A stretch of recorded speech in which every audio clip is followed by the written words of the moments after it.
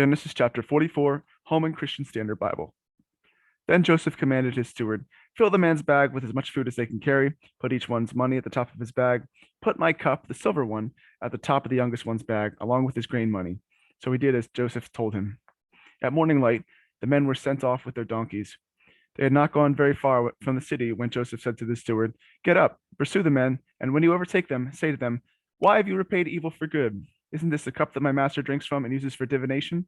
What have you done? What you have done is wrong. When he overtook them, he said these words to them. They said to him, why does my lord say such things? Your servants could not possibly do such a thing. We've even brought back to you from the land of Canaan the money we found at the top of our bags. How could we steal gold and silver from your master's house? If any of us is found to have it, he must die, and we also will become my lord's slaves. The steward replied, what you have said is right, but only the one who is found to have it will be my slave, and the rest of you will be blameless. So each one quickly lowered his sack to the ground and opened it. The steward searched, beginning with the oldest and ending with the youngest, and the cup was found in Benjamin's sack. They tore their clothes, and each one loaded his donkey and returned to the city.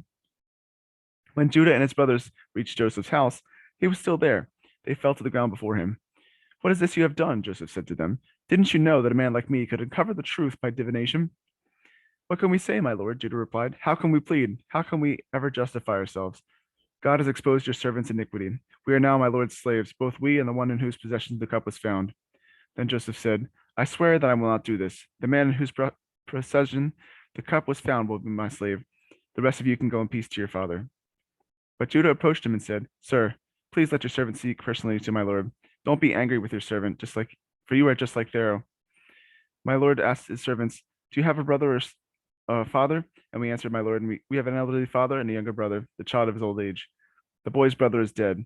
He is the only one of his mother's sons left, and his father loves him. Then you said to your servants, bring him to me so that I can see him. But we said to my lord, the boy cannot leave his father. If he were to leave, his father would die. Then you said to your servants, if your younger brother does not come down with you, you will not see me again. This is what happened when we went back to your servant, my father. We reported your words to him, but our father said, go again and buy us some food. We told him, we cannot go down unless our younger brother goes with us. So if our younger brother isn't with us, we cannot see the man. Your servant, my father, said to us, you know that my wife bore 2 sons. One left. I said that he must have been torn to pieces, and I have never seen him again. If you also take this one from me, and anything happens to him, you will bring my gray hairs down to Sheol in sorrow. So I come up to your servant, my father, and the boy is not with us. His life is wrapped up with the boy's life. When he sees that the boy is not with us, he will die. Then your servants will have brought the gray hairs of your servant, our father, down to Sheol in sorrow. Your servant became accountable to my father for the boy, saying, if I do not return him to you, I will always bear the guilt for sinning against you, my father.